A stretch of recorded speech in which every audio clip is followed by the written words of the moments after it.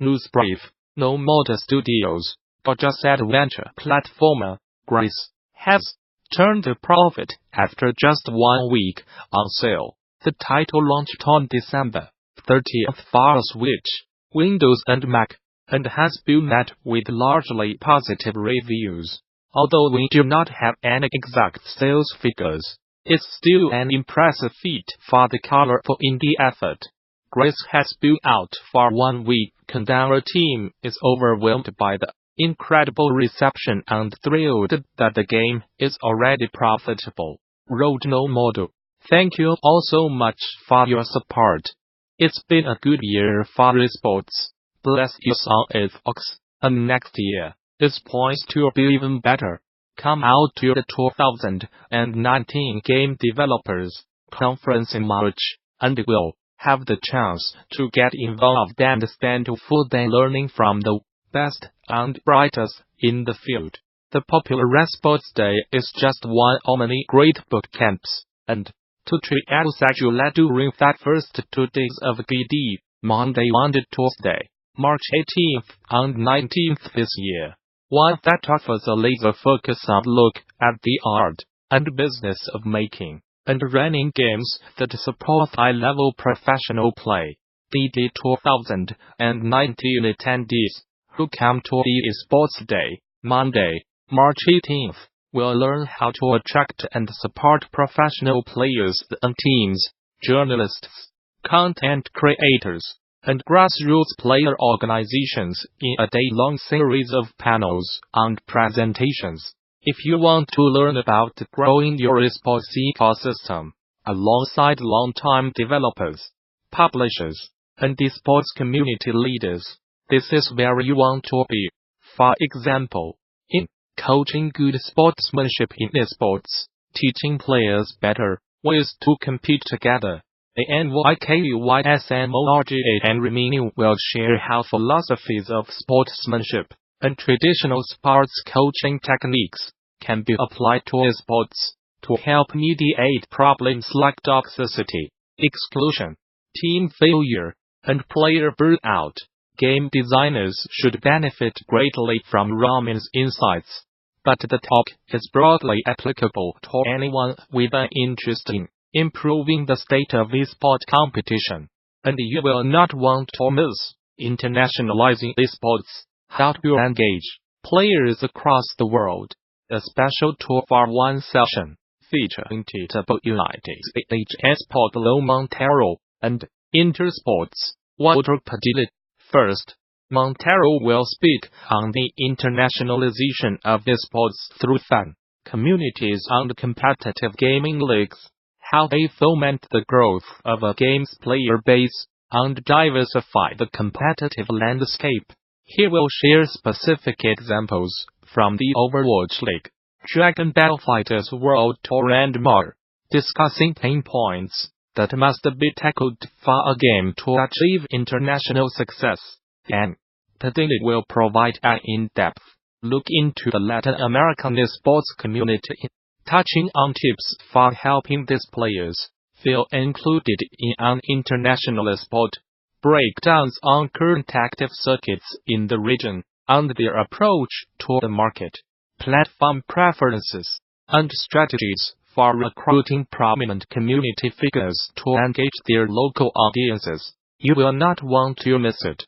For more details on this and all of the announced talks, head over to THEONLINEDC 2018 Session Scheduler, where you can plan out your week at the show. For more information on DD 2018, visit the show's official website, or subscribe to regular updates via Facebook, Twitter, RSS. Gamasutra and DD are sibling organizations under parent company Informa. Vivendi-owned mobile studio Gameloft has purchased its own pop developer, FRESHPLANET, for an undisclosed fee. Established back in 2009, FRESHPLANET found success with music TV titles, Song Pop and Song Pop 2, the first of which has been downloaded over 100 million times. Gameloft believes the deal will help reinforce its presence in the States, and says it will support the studio in working on more ambitious projects by providing it with commercial, publishing and marketing support. FRESHPLANET is the unmatched category leader in music trivia.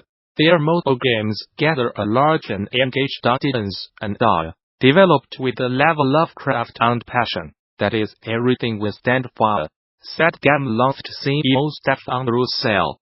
This naturally led us to bring them on board.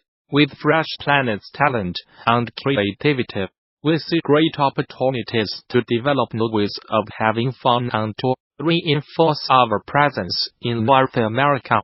Although it will now operate as a Gameloft studio, FRESHPLANET will continue to be led by CEO Matthew Nusreff and will remain located in New York.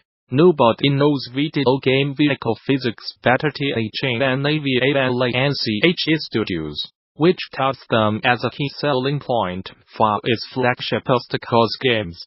The studio just set a new bar for physics-based grapple ops with the release Just Cause 4. And at the 2019 Game Developers Conference you will get to peek under the hood to see how it works. As part of BD 2019's programming track of talks, Avalanche Studios lead mechanics designer Hamish Young will be speaking about vehicle physics and tire dynamics in Just Cause 4. He will show you how the latest Just Cause game copes with a wide range of vehicles and playstyles through thoughtful design of its tire dynamics, and how the right technical decisions were reached during design of the game's vehicle physics model. You want to be there, because Young also plans to go through the magic formula tire model. Examiningly, it may not be optimal for arcade simcade handling, and propose a more designer-friendly approach, which is not semi-empirical, has considerably fewer parameters, and produces more player-friendly results. For more details on this talk, and many more, check out THEGDC 2019 session scheduler. There you can begin to lay out your DD week, which takes place March 18th through the 22nd at the newly renovated Moscone Center in San Francisco.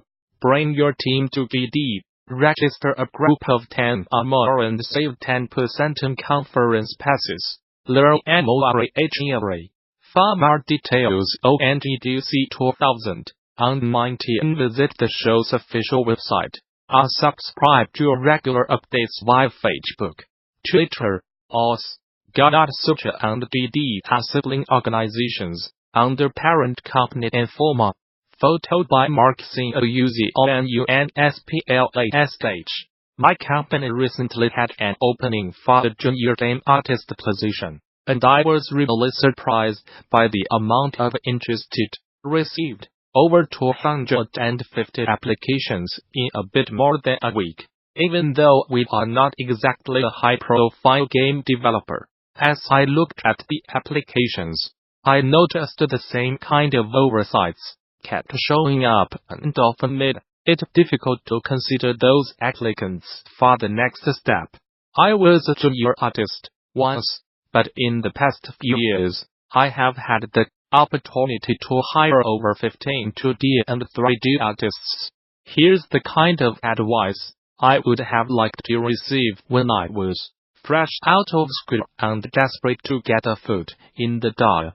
Some tips might seem obvious, but I still decided to include them, because I kept seeing the same full spots again and again. Your context might obviously be different, so feel free to discard some of points below. But overall I hope they will help you land your dream job. The portfolio is by far the most important piece of your application. The thing the company will check first, because it's the fastest way to assess if you are qualified for the job. But somehow it seems a good 5 to 10% of applicants do not provide an easy way to actually see any of their work. Without a portfolio, there's a good chance your application will be rejected right away. You want to work on games, so show how your skills can be applied to your games in a very concrete way. Make it easy for the company and present art that relates to the work. They might ask you to do once you are in. Characters, menus, or even mock-ups for imaginary games, similar to what you would see on the screenshots on the App Store or Steam. Game jams can be a fun way to enrich your portfolio with such material. Graduates often have a well portfolio, different styles or types of work, but the company will also want it to be deep enough. Several examples in the same style. It's hard to judge somebody's skills and consistency on a single asset. Rather provide a small set of items or characters all in the same style.